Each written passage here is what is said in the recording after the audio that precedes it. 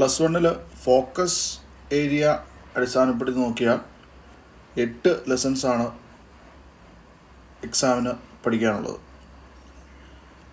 ഈ 8 ലെസൺസിനെ നമുക്ക് പഠിക്കാനുള്ള സൗകര്യത്തിന് വേണ്ടി 3 ഗ്രൂപ്പുകളാക്കി തിരിക്കാം. ഒന്ന് യൂണിറ്റ് 1, അതായത് യൂണിറ്റ് 1 യഥാർത്ഥത്തിൽ 4 ലെസൺസ് ഉണ്ട്. അതിൽ നിന്ന് 3 ലെസൺസ് ഫോക്കസ് ഏരിയയിൽ വരുന്നുണ്ട്. അടുത്തത് യൂണിറ്റ് 2. യൂണിറ്റ് 2 യഥാർത്ഥത്തിൽ 3 ലെസൺസ് ഉണ്ട്. ആ 3 ലെസൺസും ഫോക്കസ് ഏരിയയിൽ വരുന്നുണ്ട്. പിന്നെ അതർ യൂണിറ്റ്സ്. യഥാർത്ഥത്തിൽ നമ്മുടെ ഇംഗ്ലീഷ് ടെക്സ്റ്റ് ബുക്കിൽ 6 യൂണിറ്റുകളുണ്ട്. ബാക്കിയുള്ള ഇപ്പോൾ 2 യൂണിറ്റുകൾ കഴിഞ്ഞു. ബാക്കിയുള്ള 4 യൂണിറ്റുകളിൽ നിന്നും 2 ലെസൺസ് മാത്രമേ പഠിക്കാനുള്ളൂ. അതിനെ നമുക്ക് അതർ യൂണിറ്റ്സ് എന്ന ഒരു ഗ്രൂപ്പിൽ ആക്കാം. അപ്പോൾ ഇങ്ങനെ 8 ലെസൺസാണ് നമുക്ക് പഠിക്കാനുള്ളത് ഫോക്കസ് ഏരിയ വെച്ച് നോക്കുമ്പോൾ. നമുക്ക് ഓരോ ലെസൺസിൻ്റെയും തീമുകൾ ഒന്ന് നോക്കാം. തീം എന്നതുകൊണ്ട് ഉദ്ദേശിക്കുന്നത് ഒരു ലെസണിൻ്റെ ആശയം അത് 1-2 സെൻറ്റൻസുകളിൽ ഉൾക്കൊള്ളിച്ചിരിക്കുന്നു. ജയിച്ച് പോകാൻ ആഗ്രഹിക്കുന്നവരെ സംബന്ധിച്ചും A+ നേടാൻ ആഗ്രഹിക്കുന്നവരെ സംബന്ധിച്ചും ഒരുപോലെ പ്രധാനപ്പെട്ട കാര്യമാണ് തീം. കാരണം ജയിച്ചു പോകാനുള്ളവരെ സംബന്ധിച്ച് നോക്കുമ്പോൾ ഒരു പാഠത്തിൽ നിന്ന് ഉള്ള ചോദ്യത്തിന് ആ പാഠത്തിൻ്റെ തീം അവിടെ എഴുതി വയ്ക്കാൻ പറ്റും. ആ ചോദ്യം ഏത് രീതിയിലുള്ളതാണെങ്കിലും ആ തീമിന് അവിടെ പ്രസക്തിയുണ്ട്. അതുകൊണ്ട് ഒരു പാഠത്തിൽ നിന്ന് ആണ് ചോദ്യം എന്ന് മനസ്സിലായി കഴിഞ്ഞാൽ അവിടെ നമുക്ക് ആ പാഠത്തിൻ്റെ തീം എഴുതി വയ്ക്കാൻ സാധിക്കും. അതിന് 2-3 മാർക്ക് ഉറപ്പായിട്ടും കിട്ടുകയും ചെയ്യും.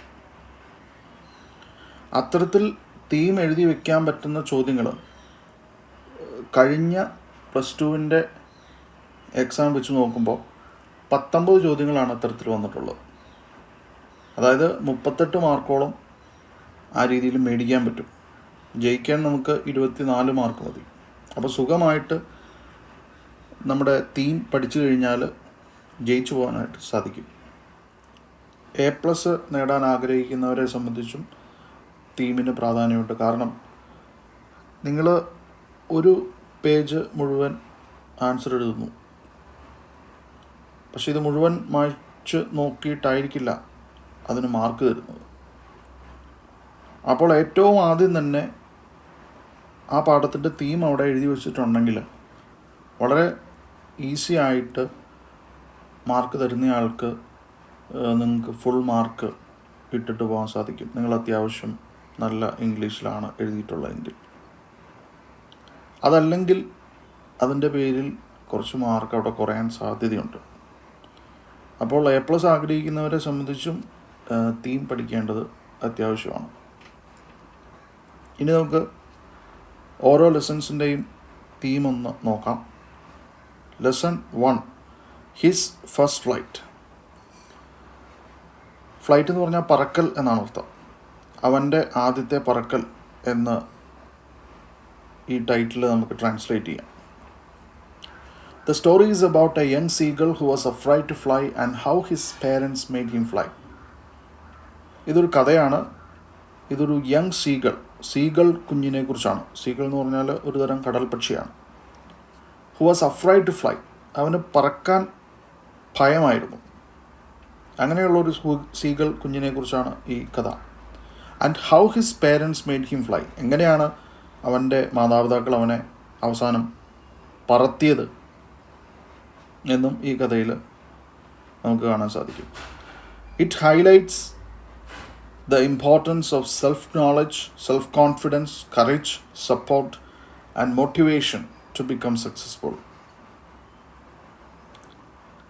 ഇത് എടുത്തു കാണിക്കുന്നത് സെൽഫ് നോളജ്, സ്വയമുള്ള അറിവ്, നമ്മുടെ കഴിവുകളെക്കുറിച്ച് സ്വയം അറിവ് ഉണ്ടായിരിക്കേണ്ട അവസ്ഥ. അതുപോലെ അത് അറിഞ്ഞതിന് ശേഷം അതിൽ നമ്മുടെ കഴിവുകളിൽ സെൽഫ് കോൺഫിഡൻസ്, ആത്മവിശ്വാസം ഉണ്ടായിരിക്കേണ്ടതിൻ്റെ ആവശ്യകത. അത് പ്രകടിപ്പിക്കാനുള്ള കറേജ്, ധൈര്യം ഉണ്ടാവേണ്ട ആവശ്യകത. അതുപോലെ സപ്പോർട്ട് ആൻഡ് മോട്ടിവേഷൻ, ചുറ്റുമുള്ള ആളുകളുടെ സപ്പോർട്ടും മോട്ടിവേഷനും ടു ബിക്കം സക്സസ്ഫുൾ, വിജയിക്കാൻ ആവശ്യമായിട്ടുള്ള കാര്യങ്ങളാണ്.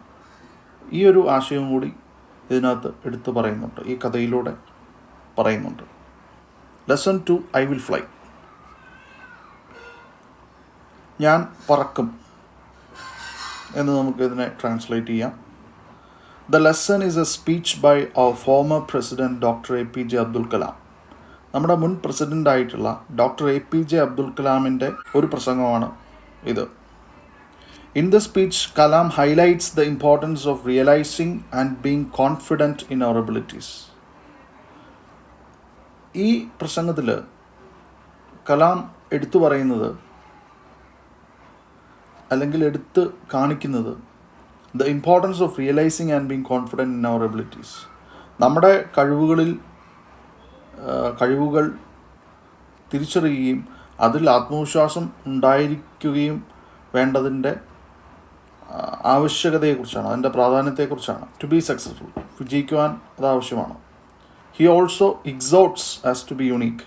അതുപോലെ തന്നെ അദ്ദേഹം നമ്മളെ എക്സോട്ട് ചെയ്യുന്നു. എക്സോട്ട് എന്ന് പറഞ്ഞാൽ ആഹ്വാനം ചെയ്യുന്നു, നമ്മളോട് ആഹ്വാനം ചെയ്യുന്നു ടു ബി യുണീക്ക്. യുണീക്ക് എന്ന് പറഞ്ഞാൽ മറ്റുള്ളവരെ അനുകരിക്കാതെ നമ്മുടേതായ രീതിയിൽ മുന്നോട്ട് പോവുക എന്നാണ് അർത്ഥം.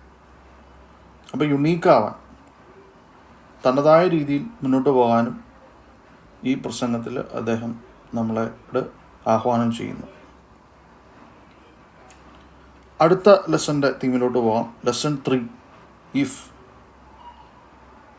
ഇഫ് എന്നാൽ എങ്കിൽ എന്നാണ് അർത്ഥം. അത് ഒരു കണ്ടീഷൻ, വ്യവസ്ഥ എക്സ്പ്രസ് ചെയ്യുന്ന വാക്കാണ്. If is a popular poem written by the English writer Rudyard Kipling.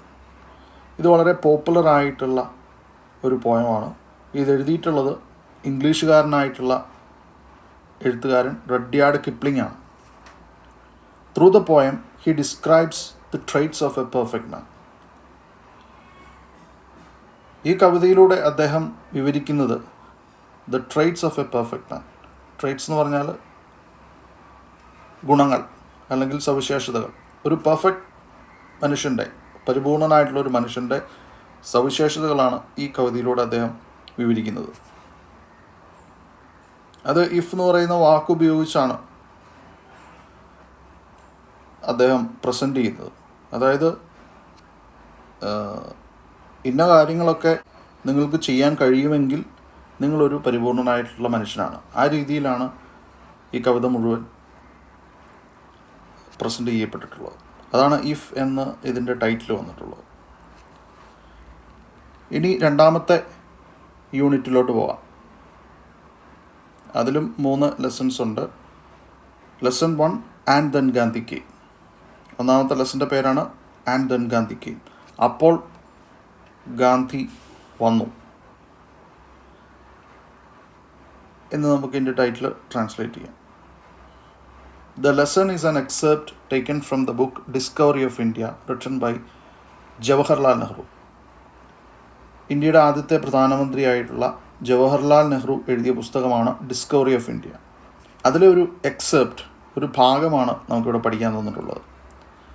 In the lesson he talks about the greatness of Mahatma Gandhi. ഈ പാഠത്തിൽ അദ്ദേഹം മഹാത്മാഗാന്ധിയുടെ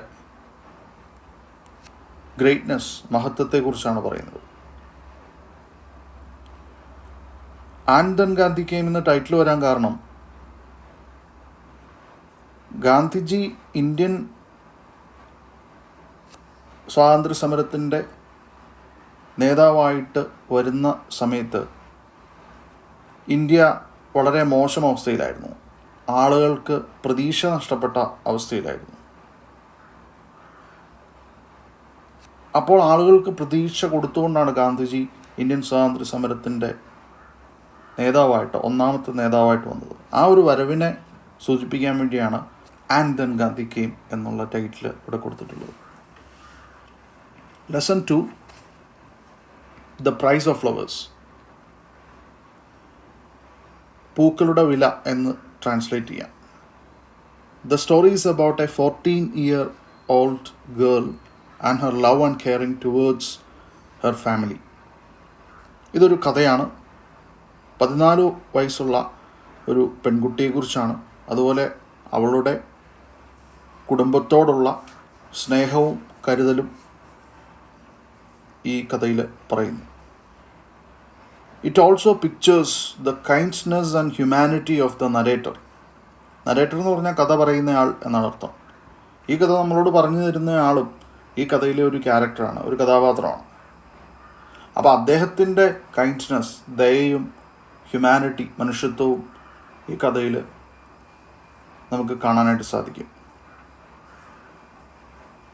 ലെസൺ 3, ഡെത്ത് ദ ലെവലർ. മൂന്നാമത്തെ ലെസൻ്റെ പേരാണ്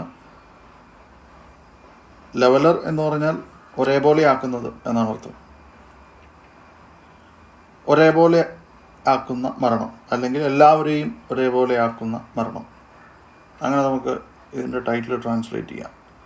the poem talks about equality before death. ഈ കവിത നമ്മളോട് പറയുന്നത് മരണത്തിന് മുന്നിലുള്ള തുല്യതയെക്കുറിച്ചാണ്. മരണത്തിന് മുന്നിൽ എല്ലാവരും സമന്മാരാണ്. അവിടെ പാവപ്പെട്ടവനെന്നോ പണക്കാരനെന്നോ വിദ്യാഭ്യാസമുള്ളവനെന്നോ ഇല്ലാത്തവനെന്നോ അങ്ങനെ ഒരു വ്യത്യാസമില്ല. It says only the memory of the good deeds will smell sweet and blossom after death. അതുപോലെ ഈ കവിത പറയുന്നത് നല്ല പ്രവർത്തികളുടെ ഓർമ്മ മാത്രമാണ് സ്മെൽ സ്വീറ്റ്, സുഗന്ധം പരത്തുകയും ബ്ലോസം പുഷ്പിക്കുകയും ചെയ്യുകയുള്ളൂ മരണത്തിന് ശേഷം എന്നുകൂടി ഈ കവിത പറഞ്ഞു വയ്ക്കുന്നു. ഇനി 2 ലെസൺസ് കൂടിയാണുള്ളത്. അത് നമ്മൾ അതർ യൂണിറ്റ്സ് എന്ന ഒരു ഗ്രൂപ്പിലോട്ടാണ് പെടുത്തിയിട്ടുള്ളത്. അതിൽ lesson 1, the secret turtles of Kadavu. Secret എന്ന് പറഞ്ഞാൽ വിശുദ്ധമായ എന്നാണ് അർത്ഥം. ടേർട്ടിൽ എന്ന് പറഞ്ഞാൽ കടലാമ. KADAVU എന്നാണ് ഇവിടെ സ്പെല്ലിംഗ് എങ്കിലും കണ്ടാവു എന്നാണ് പ്രൊനൗൺസ് ചെയ്യുന്നത്. ഒരു ദ്വീപിൻ്റെ പേരാണത്. ഫിജി എന്ന ഒരു ദ്വീപ് രാഷ്ട്രം, പല ദ്വീപുകൾ കൂടി ചേർന്ന ഒരു രാജ്യം. അതിലെ ഒരു ദ്വീപാണ് കണ്ടാവു. അപ്പോൾ കണ്ടാവു ദ്വീപിലെ വിശുദ്ധരായ ആമകൾ എന്ന് നമുക്ക് ടൈറ്റിൽ ട്രാൻസ്ലേറ്റ് ചെയ്യാം. The lesson is a travel experience in which a ritual called turtle calling and the story related with it are discussed. ഈ പാഠം ഒരു ട്രാവൽ എക്സ്പീരിയൻസ് ആണ്, യാത്രാ അനുഭവമാണ്. ഇൻ വിച്ച് എ റിച്വൽ എന്ന് പറഞ്ഞ ആചാരം, called turtle calling. Turtle calling എന്ന് പറയുന്ന ആമകളെ വിളിക്കൽ എന്ന ഒരു ആചാരത്തെക്കുറിച്ചും and the story related with it, അതുമായി ബന്ധപ്പെട്ട കഥയും ഇതിനകത്ത് ചർച്ച ചെയ്യുന്നു ഈ പാഠത്തിൽ. It is conducted in Namuana, a Fijian village in the island of Kadavu. Turtle calling എന്ന ആചാരം കണ്ടക്ട് ചെയ്യുന്നത് നമുവാന എന്ന ഗ്രാമത്തിലാണ്. ഈ കണ്ടാവു, ഫിജി എന്ന രാജ്യത്തിലെ കണ്ടാവു ദ്വീപിലെ ഒരു ഗ്രാമമാണ് നമുവാന. അവിടെയാണ് ടേർട്ടിൽ കോളിംഗ് എന്ന ആചാരം നടത്തുന്നത്. During the ritual, turtles rise from the sea as the maidens of Namuana sing. ഈ ആചാരത്തിൽ the maidens of Namuana, maidens എന്ന് പറഞ്ഞാൽ വിവാഹം കഴിക്കാത്ത സ്ത്രീകൾ, നമുവാന എന്ന ഗ്രാമത്തിലെ വിവാഹം കഴിക്കാത്ത സ്ത്രീകൾ പാടുമ്പോൾ ടേർട്ടിൽസ്, കടലാമകൾ കടലിൽ നിന്നും കരയിലോട്ട് കയറി വരുന്നു. അതാണ് ഈ ആചാരം. Lesson 2, the serang of Ranaganj. Serang എന്നാൽ സൂപ്പർവൈസർ എന്നാണ് അർത്ഥം. അതായത് വർക്കേഴ്സിനെ ഒക്കെ മാനേജ് ചെയ്യുന്ന, അവരെ കൊണ്ട് പണി ചെയ്യിപ്പിക്കുന്ന പോസ്റ്റ്. അതൊരു ഓഫീസർ പോസ്റ്റൊന്നുമല്ല. കുറേ നാളുകൾ ഒരു ജോലിക്കാരനായിട്ട് തുടർന്നതിന് ശേഷം കിട്ടുന്ന ഒരു പ്രൊമോഷൻ പോസ്റ്റാണ്. രണഗഞ്ചി എന്ന് പറയുന്ന ഒരു കപ്പലിൻ്റെ പേരാണ്. അപ്പോൾ രണഗഞ്ചി എന്ന കപ്പലിലെ സറാം സൂപ്പർവൈസർ എന്ന് നമുക്ക് ട്രാൻസ്ലേറ്റ് ചെയ്യാം. The lesson is a story written by AJ. Cronin. AJ. Cronin എഴുതിയ ഒരു കഥയാണ് ഇത്. He is known for the graphical description in his works. അദ്ദേഹത്തിൻ്റെ കൃതികളിലെ ഗ്രാഫിക്കൽ ഡിസ്ക്രിപ്ഷൻ്റെ പേരിൽ അറിയപ്പെടുന്നു. ഗ്രാഫിക്കൽ എന്ന് പറഞ്ഞാൽ വര, ഡിസ്ക്രിപ്ഷൻ എന്ന് പറഞ്ഞാൽ വിവരണം. അതായത് അദ്ദേഹത്തിൻ്റെ കൃതികളിലെ ക്യാരക്ടേഴ്സ്, കഥാപാത്രങ്ങൾ, അതുപോലെ സംഭവങ്ങൾ ഒക്കെ നമ്മുടെ മുന്നിൽ വരച്ച് കാണിക്കുന്നത് പോലെയാണ് അദ്ദേഹം ഡിസ്ക്രൈബ് ചെയ്യുന്നത്, വിവരിച്ചു തരുന്നത്. ഇതിൻ്റെ പേരിൽ അദ്ദേഹം അറിയപ്പെടുകയും ചെയ്യുന്നു. The story is about a voyage from Liverpool to Calcutta. Voyage എന്ന് പറഞ്ഞു കഴിഞ്ഞാൽ കപ്പൽ യാത്രയ്ക്കാണ് പറയുന്നത്. ഈ കഥ ഒരു കപ്പൽ യാത്രയെക്കുറിച്ചാണ്. ഫ്രം ലിവർപൂൾ, ഇംഗ്ലണ്ടിലെ ഒരു തുറമുഖ നഗരമായിട്ടുള്ള ലിവർപൂളിൽ നിന്നും ഇന്ത്യയിലെ തുറമുഖ നഗരമായിട്ടുള്ള കൽക്കട്ടയിലോട്ടുള്ള ദീർഘമായിട്ടുള്ള ഒരു കപ്പൽ യാത്രയെക്കുറിച്ചാണ് ഈ കഥ പറയുന്നത്. During the British rule in India, ബ്രിട്ടീഷുകാരെ ഇന്ത്യ ഭരിച്ചുകൊണ്ടിരിക്കുന്ന സമയത്ത് ആണിത് നടന്നത്. He tells how the author and the hero of the story manage a potential calamity silently and bravely. AJ. Cronin പറയുന്നത്, എ.ജെ. ക്രോണിൻ്റെ ജീവിതത്തിലെ ഒരു അനുഭവം കൂടിയാണിത്. അദ്ദേഹം ഒരു ഡോക്ടറായിരുന്നു, മെഡിക്കൽ ഡോക്ടറായിരുന്നു. അദ്ദേഹം രണഗഞ്ചി എന്ന കപ്പലിൽ ഡോക്ടറായിട്ട് ജോലി ചെയ്തിരുന്ന സമയത്ത് അദ്ദേഹവും അതുപോലെ ഹീറോ ഓഫ് ദി സ്റ്റോറി, ഈ കഥയിലെ നായകനും, അയാളുടെ പേര് ഹസൻ എന്നാണ്. അദ്ദേഹമാണ് രണഗഞ്ചിയിലെ സെറാൻ, രണഗഞ്ചിയിലെ സൂപ്പർവൈസർ. അപ്പോൾ ഇവർ രണ്ടുപേരും ചേർന്ന് manage A potential calamity silently and bravely. Potential എന്ന് പറഞ്ഞാൽ വലുതാകാൻ സാധ്യതയുള്ള എന്നാണ് അർത്ഥം. കലാമിറ്റി എന്ന് പറഞ്ഞാൽ ദുരന്തം, വളരെ വലുതാകാൻ സാധ്യതയുണ്ടായിരുന്ന ഒരു ദുരന്തത്തെ അവരെങ്ങനെയാണ് മാനേജ് ചെയ്തത്, എങ്ങനെയാണ് കൈകാര്യം ചെയ്തത്, എങ്ങനെയാണ് ഇല്ലാണ്ടാക്കിയത്. സൈലൻ്റ്ലി ആൻഡ് ബ്രേവ്ലി, വളരെ ശാന്തമായിട്ടും ധൈര്യത്തോടു കൂടിയും എന്നാണ് ഈ കഥയിൽ നമുക്ക് കാണാനായിട്ട് സാധിക്കുന്നത്. ആ ദുരന്തം എന്ന് പറയുന്നത് സ്മോൾ പോക്സ് ആണ്, വസൂരി രോഗമാണ്. അത് ഇവർ രണ്ടുപേരും കൂടി മാനേജ് ചെയ്തു, കൺട്രോൾ ചെയ്തു. അങ്ങനെ 8 ലെസൺസാണ് നമുക്ക് +1 നിലവിൽ ഫോക്കസ് ഏരിയ വെച്ച് നോക്കുമ്പോൾ പഠിക്കാനുള്ളത്. ഭൂരിപക്ഷം ചോദ്യങ്ങളും ഫോക്കസ് ഏരിയയിൽ നിന്നാണ് വരുന്നത്. കഴിഞ്ഞ +2 ക്വസ്റ്റ്യൻ പേപ്പർ എടുത്ത് നോക്കിക്കഴിഞ്ഞാൽ അതിനകത്ത് 2 ചോദ്യങ്ങൾ മാത്രമാണ് ഫോക്കസ് ഏരിയയുടെ പുറത്തുനിന്ന് വന്നിട്ടുള്ളത്. അതുകൊണ്ട് തന്നെ ഫോക്കസ് ഏരിയ മാത്രം കോൺസെൻട്രേറ്റ് ചെയ്ത് പഠിച്ചാൽ മതിയാവും.